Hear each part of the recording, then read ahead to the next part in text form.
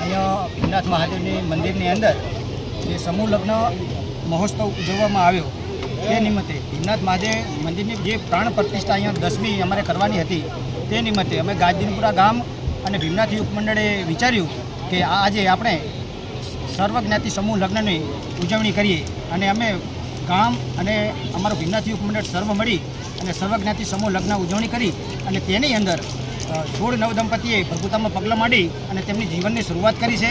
અને બીજું કે અહીંયા અમારે નવનિર્માણ ભોજનાલયની પણ અહીંયા પ્રતિષ્ઠા કરવાની ખાતમુહૂર્ત કરવાનું છે અને તે પણ અમારા ગામના જે અહીંયા હાલ જે રાધનપુરમાં રહે છે અર્જણભાઈ દામજીભાઈના હાથે અહીંયા ખાતમુહૂર્ત કરવાનું છે.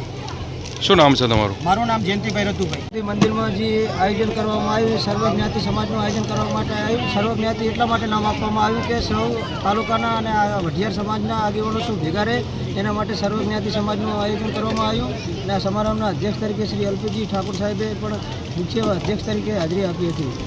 શું નામ તમારું? ઠાકોર પોપટજી સોનાજી.